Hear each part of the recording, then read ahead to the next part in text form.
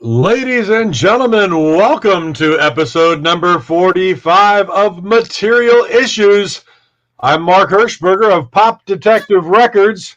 Joining me, as always, my very good friend from the West Coast and president of International Pop Overthrow Festival, Mr. David Bash. David, how are you doing this evening, my friend? I'm doing well. Thank you so much. As always, looking forward to this. Yes, Also indeed. looking forward to IPO Phoenix on Saturday. Rena and I are going to drive in on Friday. And yeah, the show on Saturday goes all day. Nice. And quite a variety of bands. We have, young bands supplied by the Scottsdale School of Rock. We've got veterans of the scene.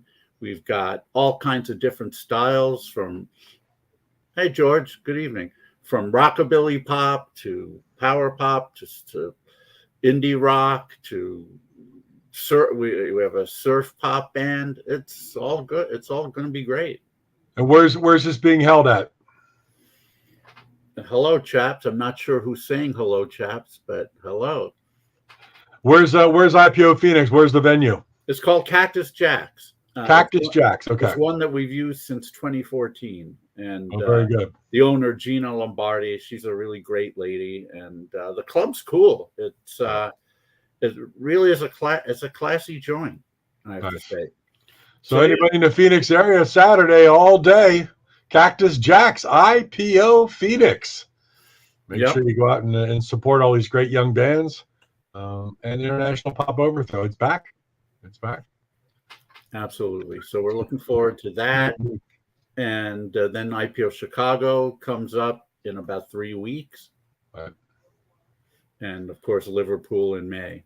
A lot of things going on, my friend. And let's hope and pray things stay on an upward track. I think they will. I think so too. Bands are looking forward to getting back out and rocking, and everybody wants to get out and see these bands and have a great time. So,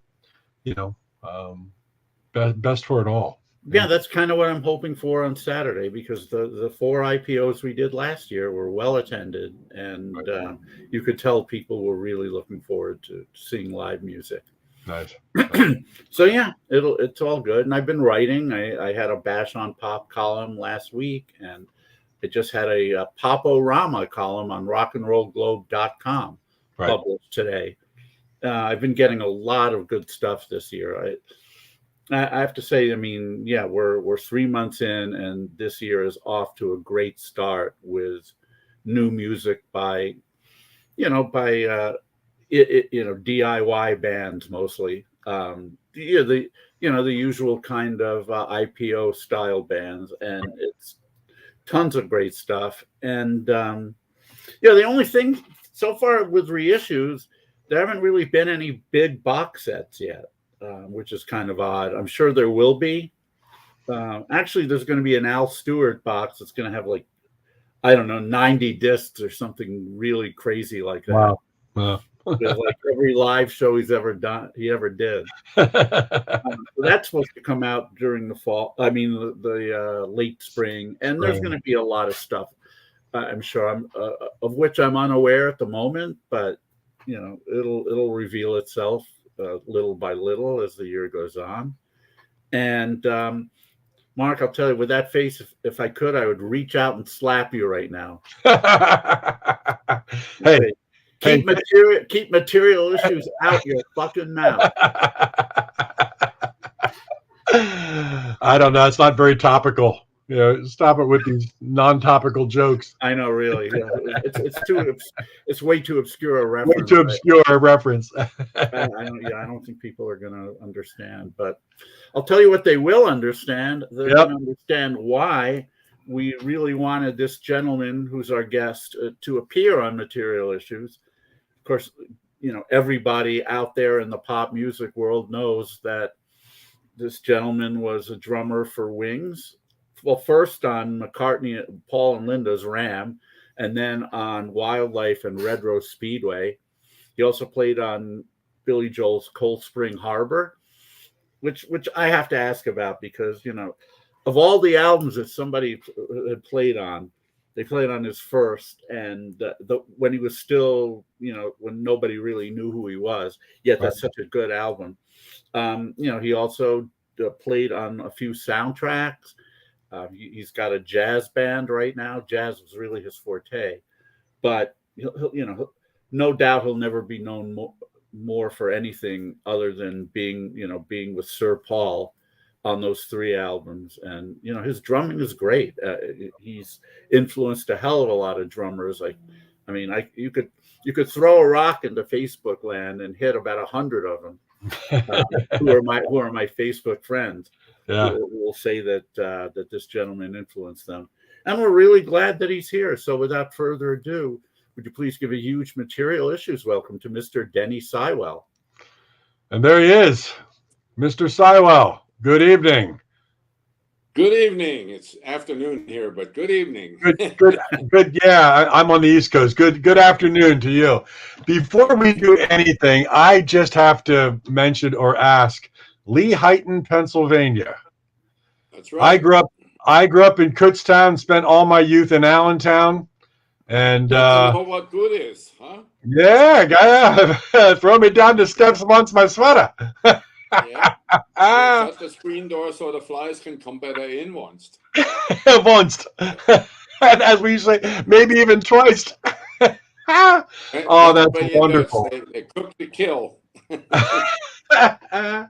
It's really something, because some of my best friends in my youth were actually from Lehighton. I had a best friend's dad who was a pastor in a church there, and I know the area very well. So when I was reviewing and doing some things about, let me just bone up on some Denny Seiwell information, I was like, that's right, he's from Lehighton. And that's all right. This is going to make me appear to be an ignoramus, but I have to ask anyways. Lehigh University there? No. Wow. It's close. It's Lehigh University is close to Allentown. We're like 26 miles north of Allentown. Okay, so it's not coincidence then that it was the origin of the town and the university, the name. I don't think it has anything to do with the university or the town. No, just coincidence. No. Okay. It's just coincidence, but Norton Hutton in the 1800s, I think it was. There was a massacre of the Norton Hutton Indians. They all got drunk one night and came down into Lehighton and massacred a whole bunch of people. There's a plot in the cemetery to it. That's all I remember. And that's not too far away from Jim Thorpe and 4 miles. Yeah, and I used to go whitewater rafting up there. My kid brother was a high school band director at Jim Thorpe his whole career. He's retired now, but he was a great Daryl Seiwell. He's really well loved in that area. Hosted a lot of TV specials and anything that was done in that. He plays all kinds of instruments and very active in the music world and teaching, and great guy.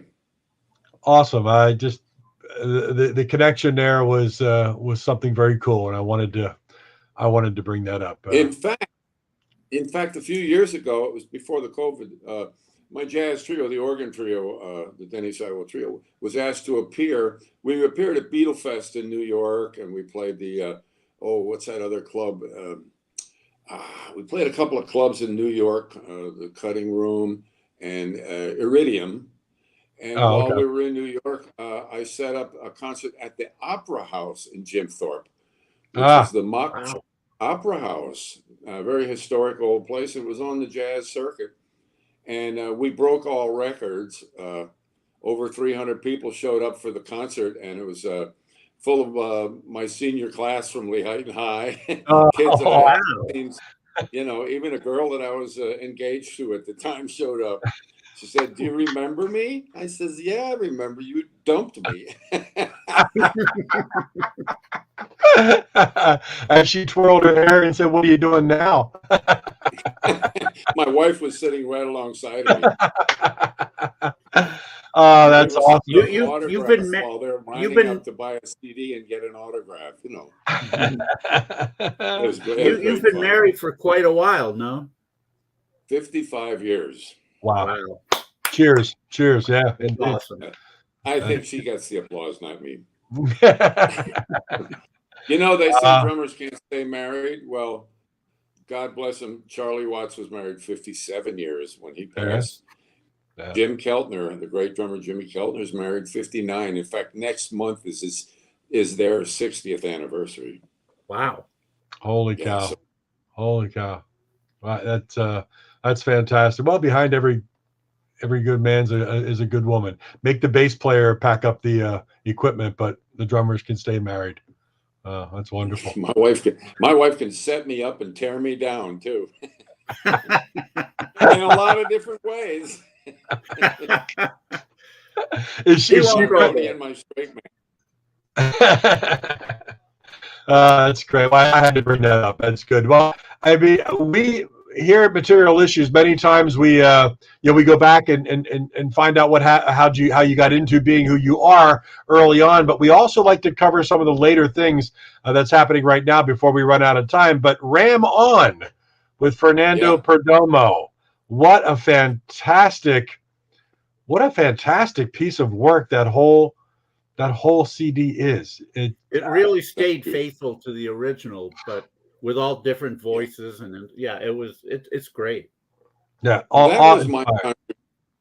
that was my contribution to make sure that it captured the spirit of the original record. And so I'm labeled producer, but I was just I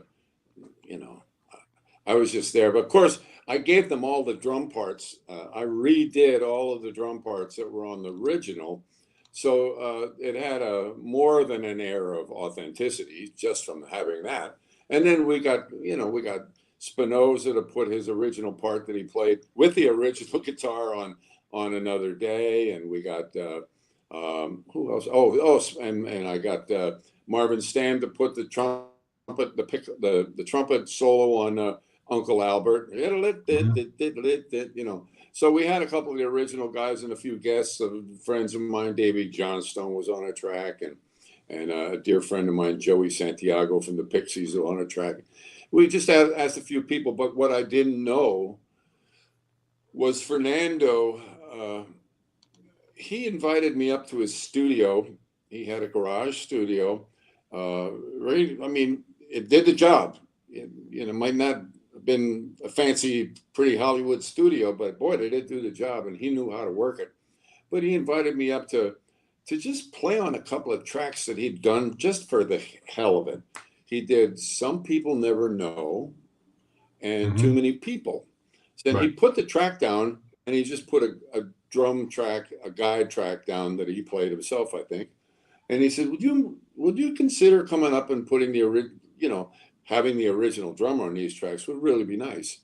And I said, well, okay. So I went up just to check it out, and I heard the track, and it was brilliant. I mean, the attention to detail and everything that he did. This is during COVID too. This is during the pandemic. It was just he and I together in this garage studio, and he was so quick at the controls with Pro Tools and everything. It just I was out in 10 minutes. Like maybe 2 passes at each song, and that was it. He had it, And so that was kind of the audition. Then sometime later, 4, 5, 6 months later, he calls me up and he said, do you know that Ram is celebrating its 50th anniversary? I said, what? I had no idea that it was 50 years old. And he said, well, my generation, he's like in the 40s, And he said, there's people in my generation and other younger generations that just think that Ram is probably the age, and they want to pay tribute. But would you consider, let's start working, pulling guys in and girls, of course, but pulling the right people in and just make a remake of the whole album? I went, I don't know about this. This is a masterpiece that my career is kind of connected to this album quite significantly. And sure. So I said, give me a little chance to think about it. And the first thing I did was I get a hold of McCartney. I said, Paul, we want to do this, and there's a lot of people want to chime in and say that this is their favorite record from younger generations, and they would like to make a tribute to it. I said, how do you feel about that? And he said, I think it's a great idea. Have at it. That's all I needed. So I said, okay, Fernando, we just got the go ahead from Paul. And I asked him to text me so I could show it to Paul. Texted me, so we got his written approval on the damn thing, and we started in. And I think I was up to Fernando's studio 3 times to put lay drums down. Some of the tracks, like Uncle Albert, Backseat of My Car, you can't just do to a click track. In fact, you can't do hardly any of them to a click track. What we would do would be, if it was a simpler track like Smile Away or Dear Boy or one of the other tracks, we would just use the click track to identify the tempo and then turn it off. Okay. So and a couple of the tracks like Uncle Albert and some of them, Backseat of My Car, those tracks, I played along to the CD. We just put the CD on another track, and I listened in earphones, and I copied my original drum part. One day I did 8 tracks in 3 hours. Because I do, this music is part of my DNA. I mean, my drum clinic always, when I do Beatlefest, I would always be asked to do a Ram drum clinic, where I'd go through most of the tracks on the Ram album and play along to them. So it was all fresh to me. In fact, so I could improve my part a try to little bit. Remember things that were going on. You didn't I didn't have to remember. It was there. It was embedded in me, you know. So when you give it the right, I'm playing along with the CD. That's the real deal. So, you know, I was giving it the gold right there. Then Fernando so brilliantly called in the right people, and he'd get the track sounding really good, and he'd send it to me. He said, okay, here, I got A, B, C, D. I got 4 different people singing on this. Which one should we use? And then we had to break some hearts, but there was some that were better than the other, you know. And there was a couple times that one of the guys I said, well, I don't even want to listen anymore. Nobody can do a better job than that. That's it. And I was very, very pleased with it. And of course, as soon as we got it done and wrapped up, I sent it to Paul. I wanted to get his blessing again. He thought it was great. And Fernando had he'd done some work with Cherry Red Records in the UK. Contacted them. We had a meeting over it, and they heard what we were doing, and they released it. And it did very, very well the first month. They didn't allow any downloads. So if you wanted to hear the music, you had to buy the physical CD. And I'm totally with that, by the way. For my music festival, we put out a compilation each year, and there are no downloads. You have to buy it. I've been to. I live near Fernando's old studio, so I've been there a few times as well. It's amazing how much he's able to get out of that. He's absolutely brilliant. He's a genius to put it together, and a brilliant musician too. Yeah. So you had quite a lot of say on the vocals for the tracks as well. He consulted you as to which artist was going to work best, which is kind of cool that he brought you in on that, because it's hard to imagine when you listen to a thing as many times as I have. It's hard for me to imagine anybody else doing those songs vocally as good as they were done, by somebody else. So Denny, on the original album, what was the process? What was the process of recording? When did you usually add your drum tracks? How much had been done already? Oh no, right at the beginning, Paul would walk in. Paul hired us for 6 weeks, Monday through Friday, bankers hour 9 to 6, And he said, I want to book you for this time. Please don't take any sessions. Let's get this thing going. And so he would come to the studio, 52nd Street, CBS, and really nice room. And he would just come in with his wife, with Linda and the kids. Linda would start making tea and set up the control room to keep the kids occupied. And we would, incidentally, I'll just tell you a quick story here. between the time that I met Paul and did the audition for him and the day that we started recording at CBS 52nd, my friend Frank Alito from the Pro Drum Shop in New York said, the Museum of Famous People in New York is going out of business. Their auction, they have the Beatles set from Shea Stadium. And wow. Would you like to buy it? I said, well, sure. In there, but up to. And he says, I want a snare drum, but if I get it.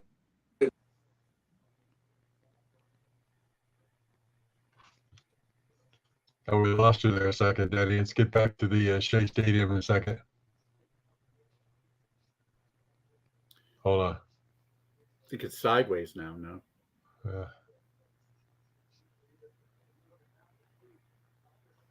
Testing 1, 2. Let's get Denny back to the stream. Can you hear us, Denny? All of a sudden, we just lost audio. Denny, testing 1, 2. Also, I'm seeing him sideways right now. Yeah, I don't know why. All of a sudden, it just went south on us. There he Some is. technical difficulties. We'll get it back. Oh, Yeah. now he's got the mic off. Okay. Not hearing. Yeah, Denny, we lost your audio for some reason, and we see you sideways. I don't know what's going on there. We apologize, but Denny, maybe try logging off and coming back in on the same link, and see if it resets. We'll be here. Yeah, we apologize to everyone. I don't know why it's happening. Technology's still not perfect. Yeah, he's just a little sideways. I don't know. Denny, can you hear us with the thumbs up at all? There he goes. Let's see. I was seeing everything choppy up until that point also. I don't know if you were. A little bit, not a whole lot, but we'll see if he comes back on. Try to reset it here. Yeah, all I heard was Shea Stadium buy drums. Yeah, I heard Shea Stadium and my ears perked up. But it looks like he's trying to log back off and log back on. Yeah. And that might just reset things. But anyhow, Denny's a very cool guy. A lot of good stories. Here he comes back. Let's see if we got him. There he is. All right. Oh, great. There we are. Now we hear you now. Okay, so Sorry, continue. We heard Shea Stadium, and everybody perked up. So my buddy Capolino called. Guess what? I got beat. So I'm going to keep the snare drum. You have the two tom-toms and the bass drum. It had the Beatles head on it.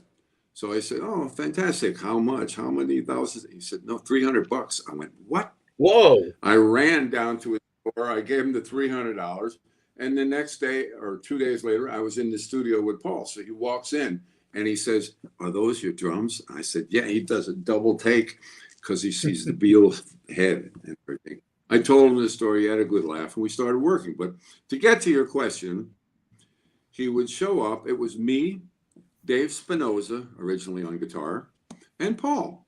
Paul would walk in, and he would play us the song.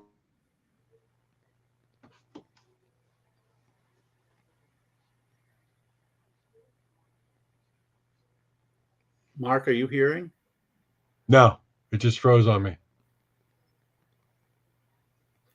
Darn.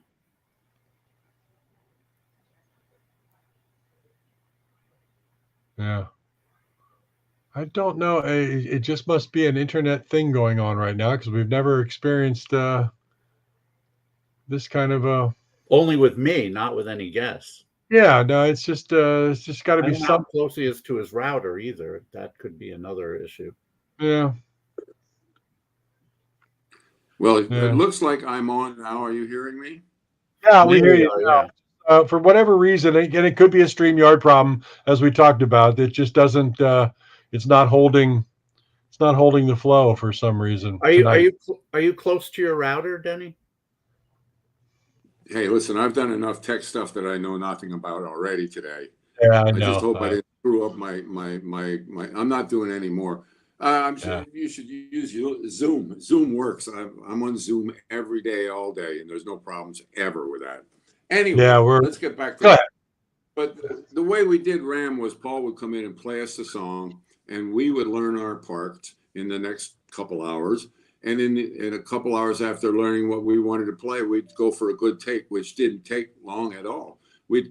Sometimes we'd have a lunch break and come back, and he'd call the end of the day. But we never spent more than one day on a song, and one day consisted of like 5-6 hours, and that's all. And that most of those songs, even songs like Uncle Albert and Backseat of My Car, were done in one long take, not in 3 short segments and spliced together. Wow. It was quite an amazing. And Spinoza and I, whenever we heard the new song, we thought, "Wow, this is incredible. We're going to we better do a good job here. This music is going to be around for many, many years." So, well, quite obviously, I mean, Spinoza. Go ahead. Go ahead. I was going to say, quite obviously, a lot of. You're such a talented drummer, and you've got a lot of background coming into there. So a song like Uncle Albert, which drum wise kind of goes all over the place. It's not your standard standard Ringo track, so to speak. That's the only time. That is the only song where Paul asked me. I was playing a very basic part, and he said, "Can you find a part that would go along with a vocal more, that would break up the vocal?" I went, let me think about it. So I tried a couple of things, and then boom, check, bada boom, boom, boom, check. He says, "Brilliant!" And that was the only time he told me what to play. It was the palette, the slate was wide open. Do whatever you want. Wow. And he usually liked every bit of it. If you went, I would try something a little different, but for the most part, he got what he paid for, So you didn't find Paul in those years as really controlling as so many people would say? No, none of that. Do you remember Billy Preston walking into the? Yes, we just saw that on documentary. Yeah. Well, it's the same thing. When Paul walked into the studio in New York, he was walking in with 2 pros. And he let us have our way. I mean, and it was the reason why we did so much work in so little time. That was the way we did it. And with us, I mean, he said 9 to 6, but pretty soon we'd see that he was letting us go at 4 o'clock in the afternoon. So Spinoza started taking some jinx, because you can make a lot of money off an hour, In New York City, the studio, yeah. Listen. Paul said, "This guy's really good," but I asked him not to take any other work, and I wanted to buy his time, and he's kind of leaving early. The other day I wanted to finish something, and he said, "I have to leave," and said, "Can you recommend another guitar player?" And that's when I suggested that he look at Hugh McCracken, and Hugh was brought in, and Paul fell in love with Hugh, and so it was history. If I fell in love with you, never mind. Sorry about that. Anyway, I know that the story has been well told, but how was it that, I mean, you were doing a lot of session work, mainly in jazz at that time, but how was it that Paul ended up choosing you over so many other people he could have chosen? Well, it wasn't that I was doing mainly jazz either. I was making records with John Denver, all kinds of people. But the first jazz record I made was J.J. Johnson and Kai Winding. Then I did a record with Astrid Gilberto and a couple Brazilian guys. But I was making rock records at the time, too. I was signed to a label, and there was a David Brown. Was that his name? I can't even remember some of the names of these acts that I recorded with. Some of them made it, some of them didn't. Jeremiah was one of them. But anyway, I think when Paul called me in for the audition, I wasn't flabbergasted that I was meeting a Beatle. I was kind of used to working with some well-known people. And I said, hey, you're Paul McCartney, down in his dingy basement. You're Paul McCartney. He goes, yeah. I said, what's up, dude? I call him dude. And I said, what's up? And he said, making a record in New York, and I want to look at some drummers. Do you mind playing for me? And I said, I don't mind. You got a guitar or a bass? Come on, let's play together. He said, no, just you. So I said, oh, okay. I guess if you can't get it on by yourself, you can't get it on with anybody else. And he kind of liked that. So I said, what do you want to hear? He said, play some. I just went right into my Ringo bag, boom, boom, boom. I just went slamming on the toms and playing some shuffles, some rock beats for him. And we had a laugh. We had a good time. And it was only there 10, 15 minutes. And, we had a nice time. And he said, that's all I need. Thanks. And I went, thank you. And I said, I just walked out of the studio thinking, wow, I just Paul McCartney. And I'm not going to get this gig, that's for sure. Then 3 days later, or some 3, 4 days, a call from him. He goes, hello, this is Paul. I said, who? He says, me, Paul. The guy you auditioned for the other day. Oh, that guy, that Paul, yeah. So we always had fun together, I kept it light. And I want to hire you. His record when I said, let me check my schedule, see if I'm available. And I threw everything in the air, jumped up the air and everything. Yeah, I'll be there. I'll be so and the beginning, today still close for. Hear me? Uh-oh. That we just I don't know why it goes sideways. It goes sideways and then we lose everything. That's weird. I don't know. I apologize, Denny. I don't know why. So why? And it does everyone this. Watching. Yeah, I think it goes in and out. Oh. I might have to. Yeah, I don't know. I am so sorry, Denny, why it does this. I have no clue. I wish it didn't happen. I think he might be trying to reboot again or come in. Yeah, for anybody who's watching for the first time, this isn't the usual situation, so we don't know what's happening. Yeah. Man, Denny, we can't hear you, buddy. I wish we could. Yeah, your mic is off. Now it's on. No. Say something. No, for whatever reason, it's just not working tonight for the first time ever. Son of a gun. This is excuse my French, everybody, but it's not something that makes me happy, and I have no idea because I'm looking at signal strength, and the signal strength is weird. It's unstable, and I don't.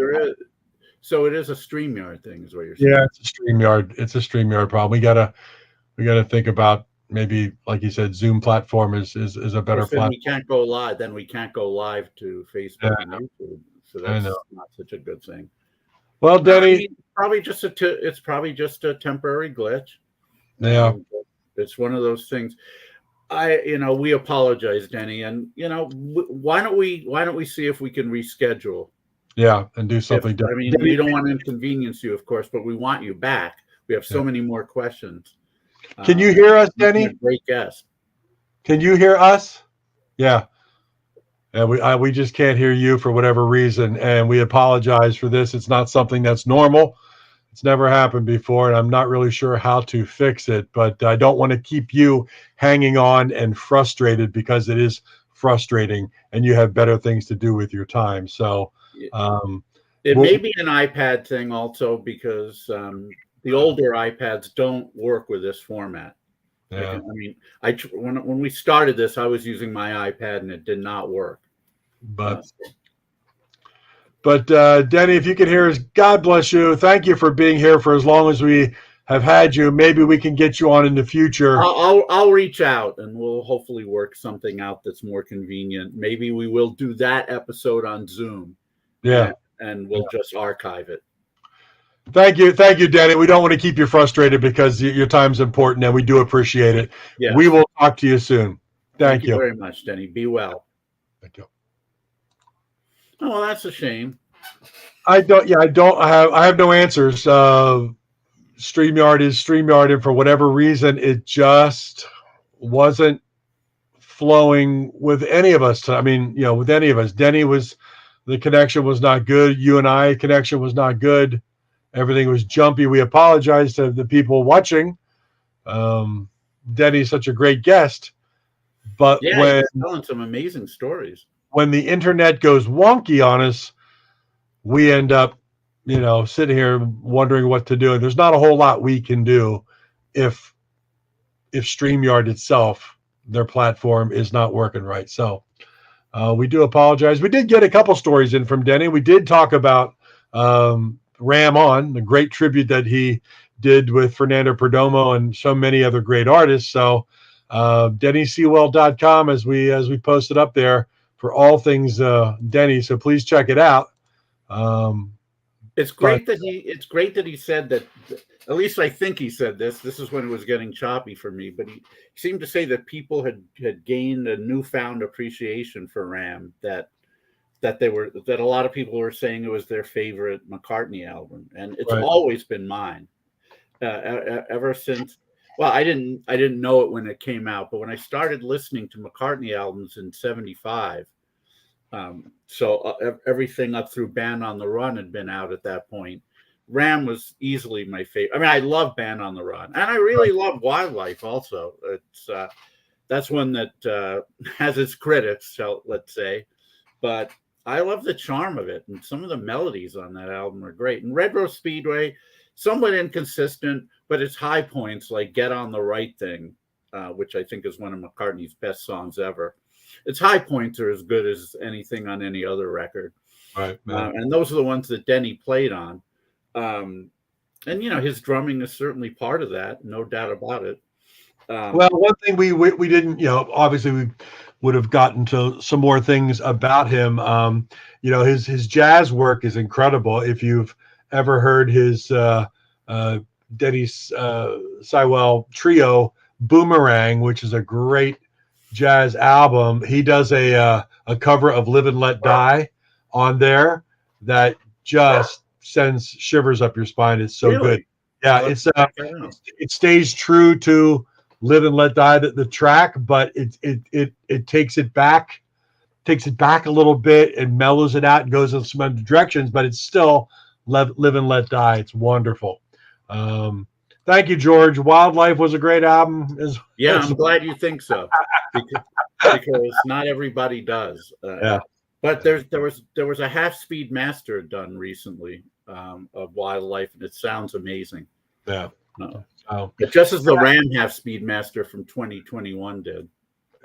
So he's obviously he's an extremely talented drummer in all genres. And I wish we could have gotten to a number of things to talk to him about that. But, he's recorded with a lot of people. And as he said, he probably forgets more than he can remember of bands that did not make it for as much session work as he's done. But, I mean, right there, McCartney, Billy Joel, Liza Minnelli. John Denver. I wanted to ask him how John was. Yeah. So, he's got quite the history. So I'm really upset that for whatever reason our connection couldn't be what it is. But it's funny, right now you and I are as clear and smooth. Actually, that's true. I haven't. You haven't been choppy since Denny left, so it may have had something to do with his presence also. Whatever it was may have been messing things up. Can't really say it. I don't want to say it was definitely his iPad. I mean, even if it is, it's not his fault. It's not his fault. But I hate to frustrate a guy like him because I know his time is valuable. And no, of course, we're we'll glad. Get him back on, and we'll do that one. If we need to, we'll do that one via Zoom, and we'll just archive it. People can watch it later. Oh, Schoolhouse Rock, really? He was on that? I did not know that. And he did the drumming on the Grease 2 soundtrack, which is one of my daughter's favorite movies. Grease 2, really? Yeah, Grease 2. Does she like it better than than Grease 1? She likes it better than Grease 1. I can't figure that out. But she must have an Adrian Zmed thing. That's got to be it. Well, Michelle Pfeiffer. Yeah, I know. Olivia. Right. Olivia is probably Olivia or Michelle. No, Olivia's prettier, but Michelle is hotter. Okay, all right. You know what I mean? I know, but it'd be tough if they were side by side in the leather pants. Which one, if you had, that's true. You had a choice. I have to say about Grease, it really taught an awful lesson to women. Basically, if you want to get the guy, you better be a slut because get that out of your mouth. Get Grease out your fucking mouth. That's right. And put Olivia in it. Oh boy, now I'm gonna get in trouble. I'm glad we can have a little liberty and smile a little bit right now. Oh Lord. Oh well, material issues. It's not like we don't have issues. Everybody's got issues, so we have them too. But we'll get there. Let's spend the time, if you don't mind, Mark. Yeah. I'll talk about some records that I've heard recently that I will be reviewing that I think people need to know about. One of them right here is by a gentleman called M. Ross Perkins. And this album is called E Pluribus M. Ross. I think this is his second record. There may be more. But, you want to talk about McCartney. There's definitely some McCartney influences. Probably Nilsson is the strongest influence because his voice is very, very Harry-like. And, the melodies are there also. They're really gorgeous. You look at the guy and he doesn't look like a pop guy per se, but he very much is one. I'm trying to remember if this album's actually out yet or if it's going to come out next week, but definitely make a note about it, you pop people. It is well worth the price of admission. And there's a good question for you. There's a question for you. Okay. Does the album or CD artwork, if you've never heard of somebody like that, does that influence you at all before you hear the music? Oh, no doubt it does in my case. If I see a cover that looks kind of psychedelic, or the people have certain types of faces, haircuts. And you take the CD you just held up. What would have been your first reaction to that album cover coming from a power pop, pop rock loving person? I said pop rock because I don't just love power pop. No. But my feeling would have been that he's probably some indie rock guy who can't sing that well, and maybe the melodies aren't quite there. But if somebody said no, you really got to try it, I would. Right. But one of the things that I'll never forget the first time I saw the cover of Black Vinyl Shoes. Mm-hmm. I looked at those guys and I thought, okay, I'm taking a chance on this. Because they really look great. But I wasn't that enthused.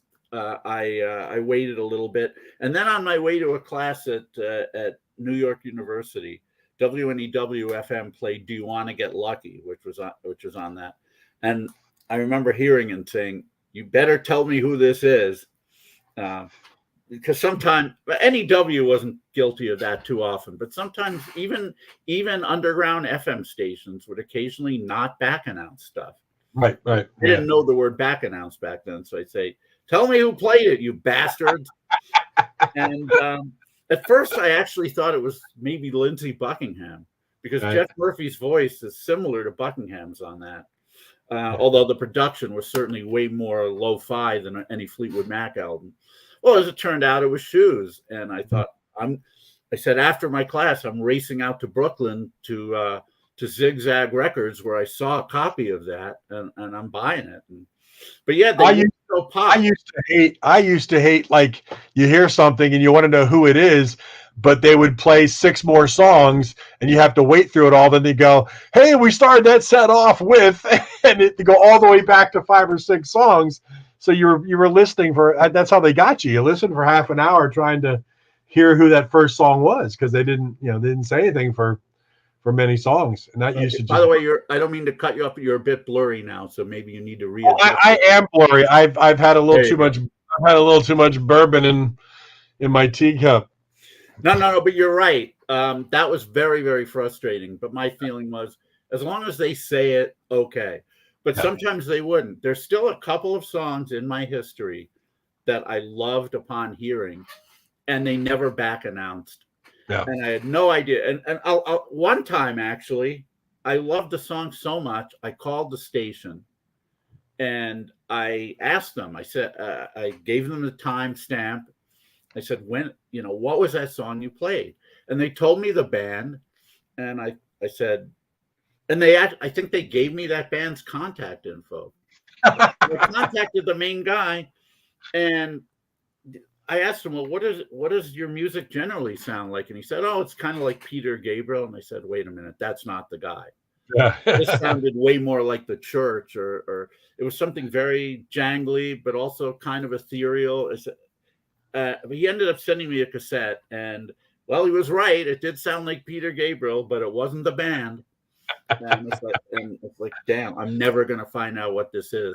And 35 years later, I still don't know.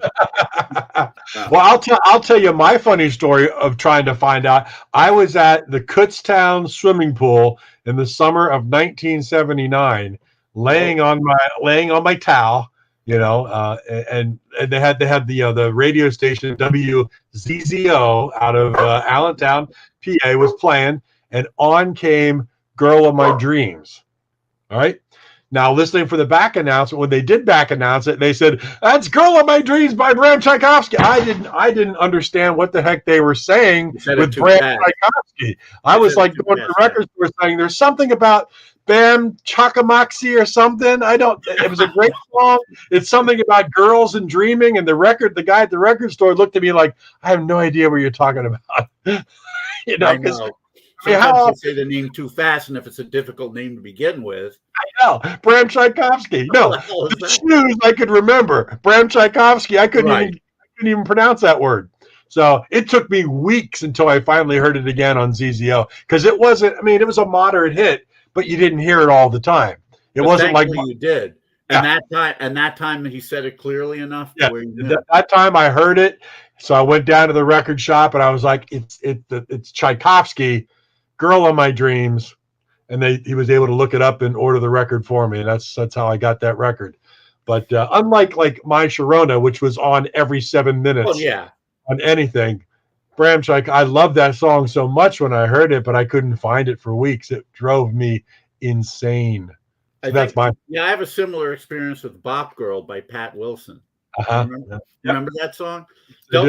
K-Rock out here used to play it reasonably regularly, not in heavy rotation, but you'd hear it like once every few days. And I remember hearing it like 3 different times where they didn't back announce it. And I just went nuts. I mean, I should have called them, actually. It took about a month before I found out, before they finally said who it was. And then I had to go find the record, which wasn't easy at that time either, because it wasn't a hit.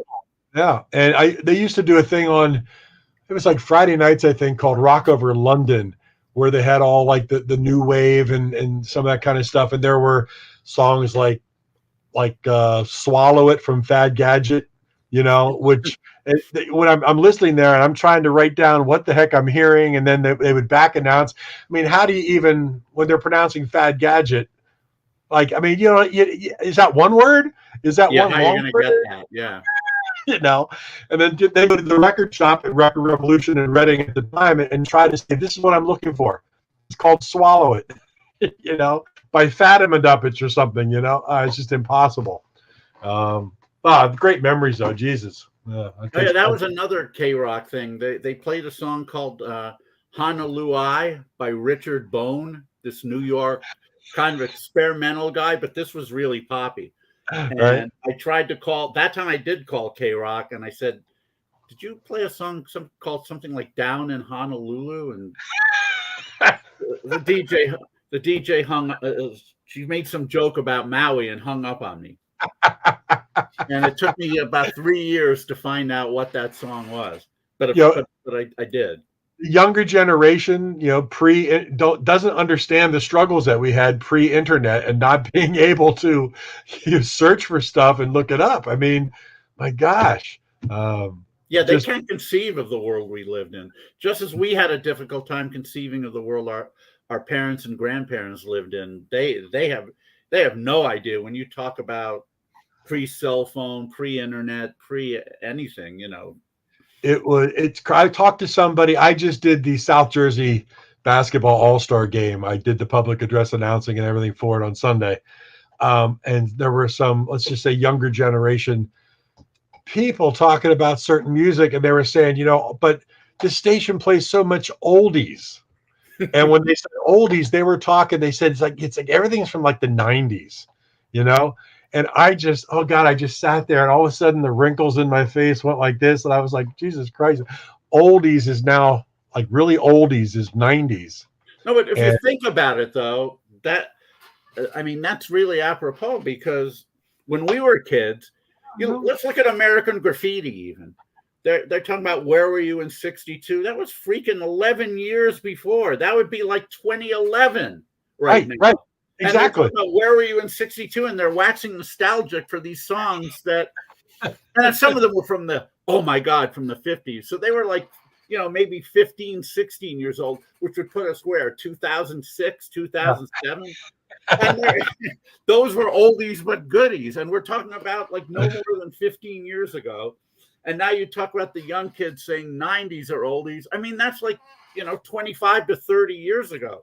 Those are really oldies. I mean, think about in 73, what would be an oldie that was 30 years ago? 1943. Yeah, you'd have to be listening to Bing Crosby. It'd be like, we got. So they're not wrong. I mean, maybe it makes us feel old, but at least those things are kind of old.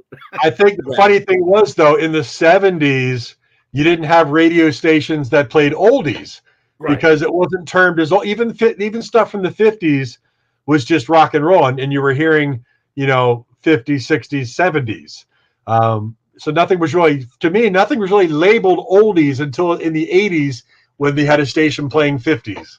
Then they would say, this is the oldies from the 50s.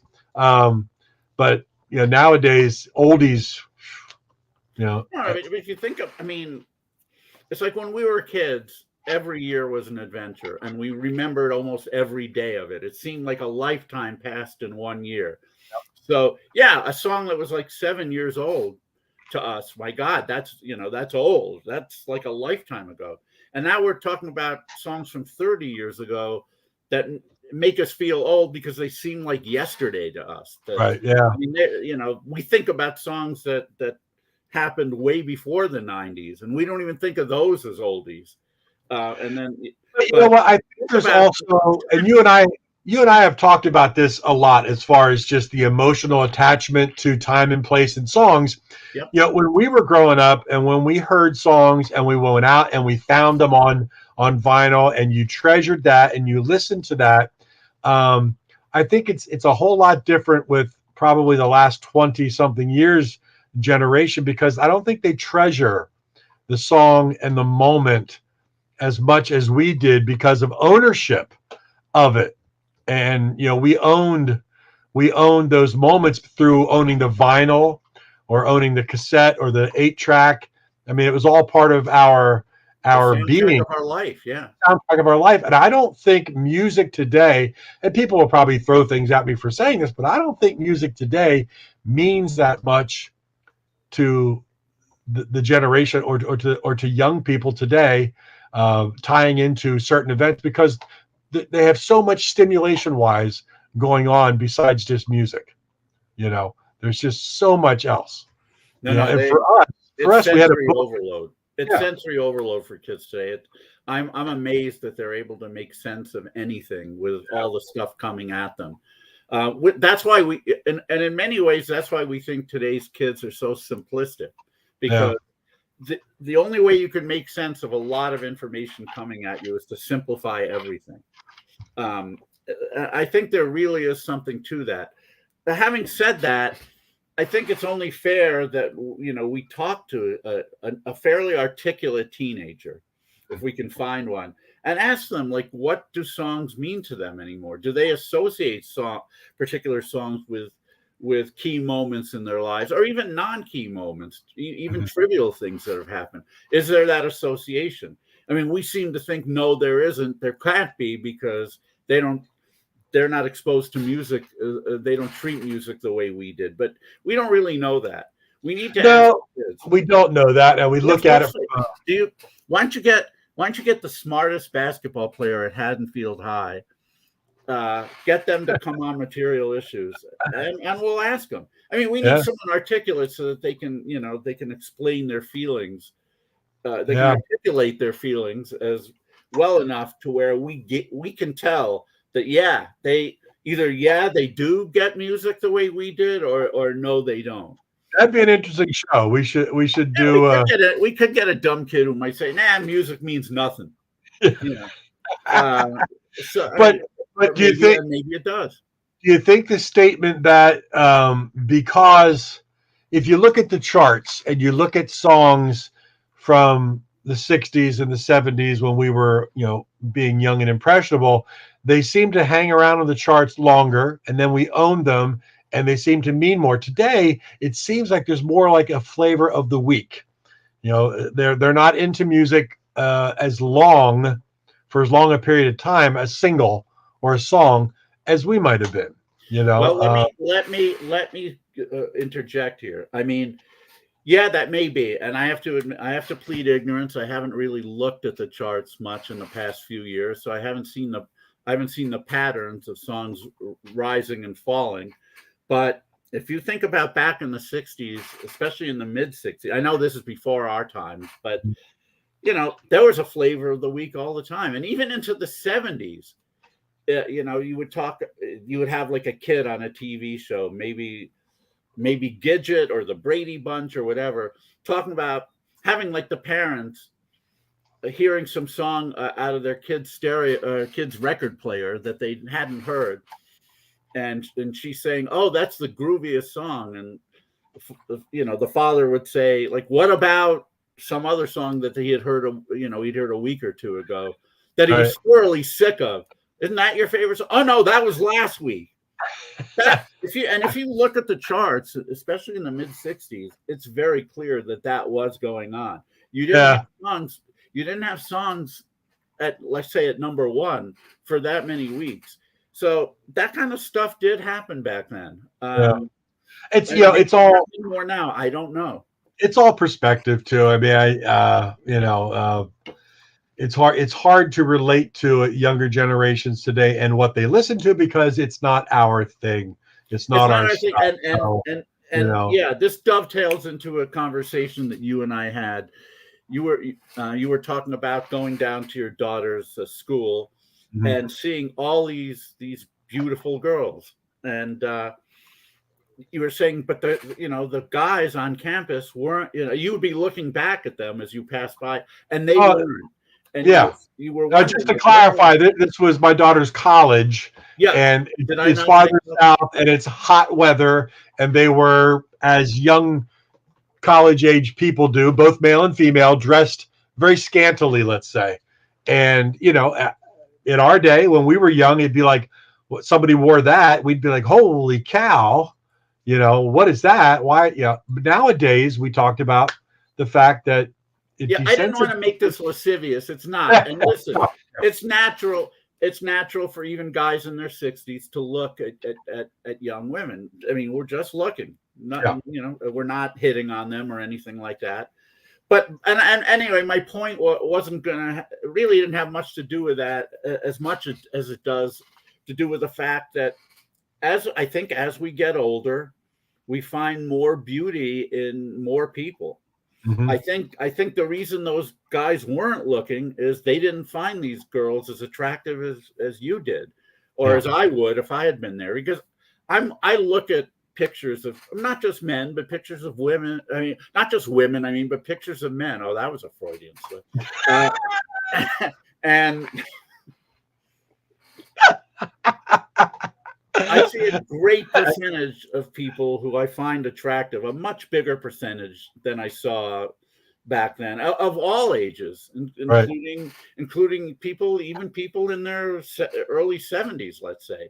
Yeah. Now, I mean, granted, people are in better shape, and no way did my 65-year-old grandmother look like 60-year-old women, 65-year-old women now.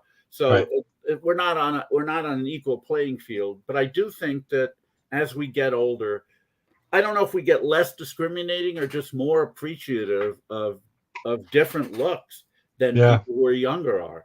So it's sometimes I like to think it's as we get older and as you see, there's a whole lot less time ahead of you than there is behind you. You start to appreciate many things. No doubt. I was just using the people as an example. Just like you were telling me earlier how much you loved watching that show Minx on HBO.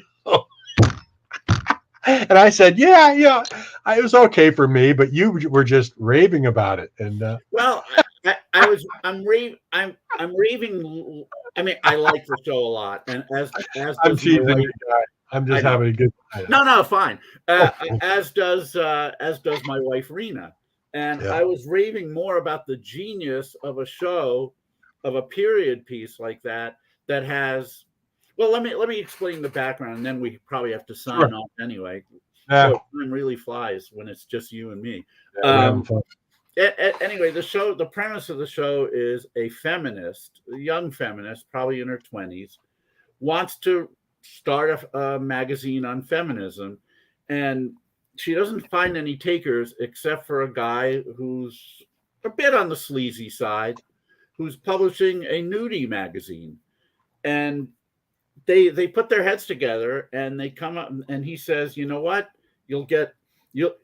why don't you, here's how you're going to revolutionize women's rights and power. Why don't we do a men's magazine for women where you can talk about feminism, but they show naked males, which is also, empowering. And she agreed. And so the show is about that.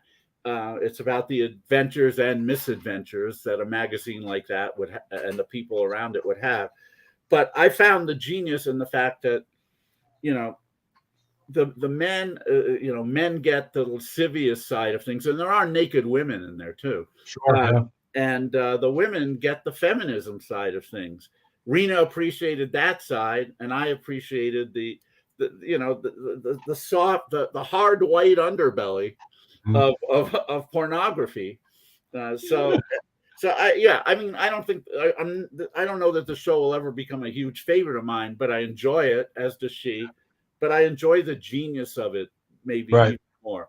Yeah, no, it's one of those shows that I hope for, however, if it's on for 2 or 3 seasons, that they're strong seasons and they complete, however many episodes it may be, in a strong way. You hate to see it just kind of fizzle after 10 episodes. No, also, a similar one that should have gone more than one season is Good Girls Revolt. I don't know. That was a great show. It was a great show, and they were very accurate about just about everything.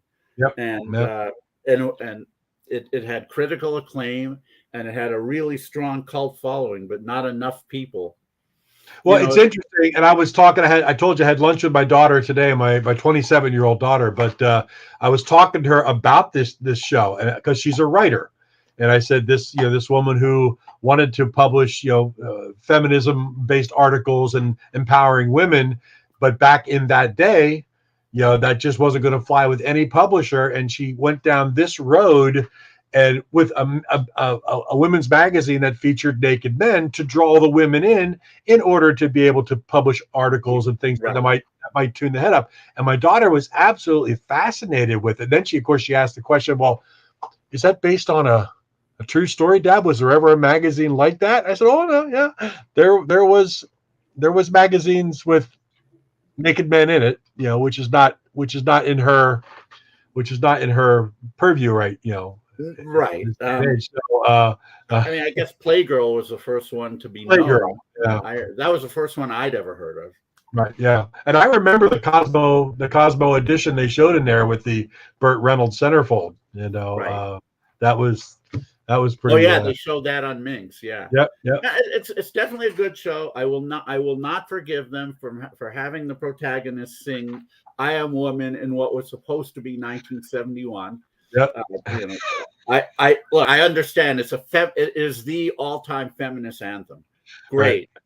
But if you're trying to be time accurate, I'm not going to forgive a year lapse. A few months, all right, fine. A whole year, maybe even more than a year. I think it should be earlier in 71 because she's having fantasies about winning the Pulitzer in 71, which would have been later in the year. Right. So it's like they're over a year off with that. It's like, come on. But beyond that, it's really, really a good show. I recommend it. It's on what is it on? HBO Max. HBO Max. Okay. HBO Max. So HBO Max, if you want to sponsor Material Issues, we're promoting some of your stuff right now. So any of the producers are watching. I'll be happy to promote Flight Attendant with Kaylee Cuoco. Really good show. Good show. And they've got the series winning season about the Lakers. Yeah, that's been very good. Watching that one?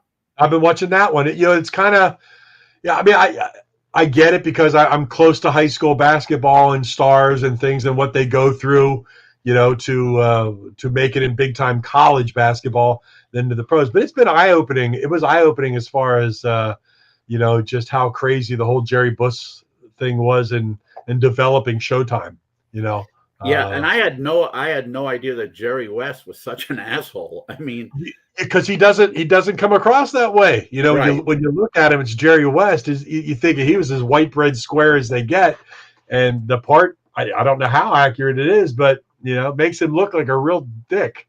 Yeah, I mean, as usual, it's probably exaggerated a bit for effect, and this is a Hollywood production after all, but he couldn't have been that nice a guy behind the scenes.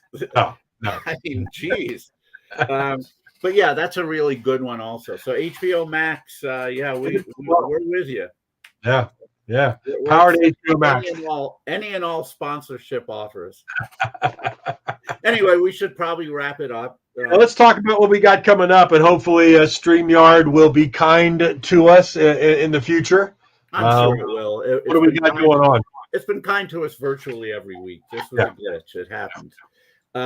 Well, the next couple of weeks we're going into the world of baseball, and if you're a music lover who doesn't happen to like baseball, we're not going to get too geeky in here. We're not going to turn you off with a bunch of statistics and things. We're going to talk to these people as baseball being kind of a metaphor for life. And while we will mention specific things, it'll be things that you'll be able to relate to, even if you're not a big baseball fan. But anyway, next week, April 6th, we have Cy Young Award winner, a player who was in the midst of some minor controversies, and was a very interesting guy, Jack McDowell, otherwise known as Black Jack McDowell.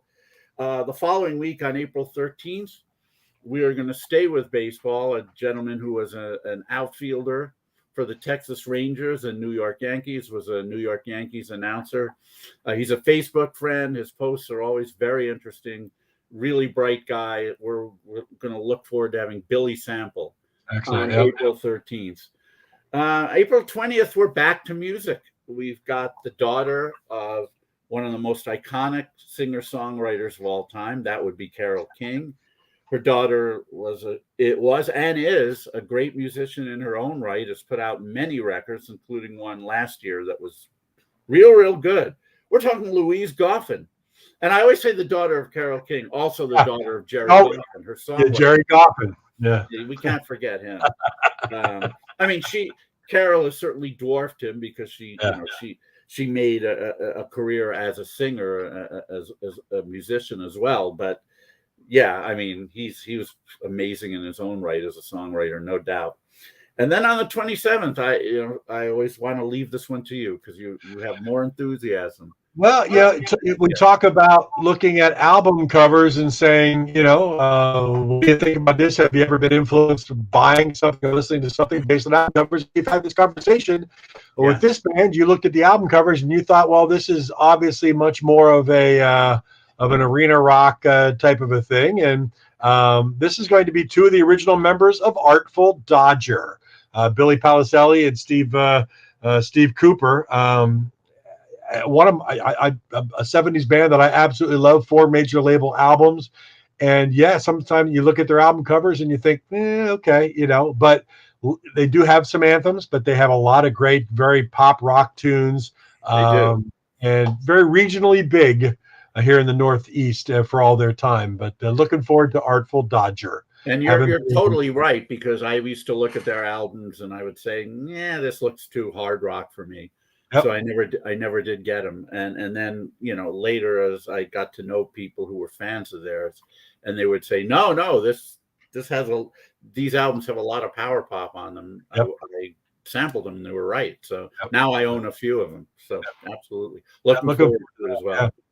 And as usual, we have irons in the fire for May and June and blah, blah, blah. And once they come to fruition, we'll certainly be talking about them as well.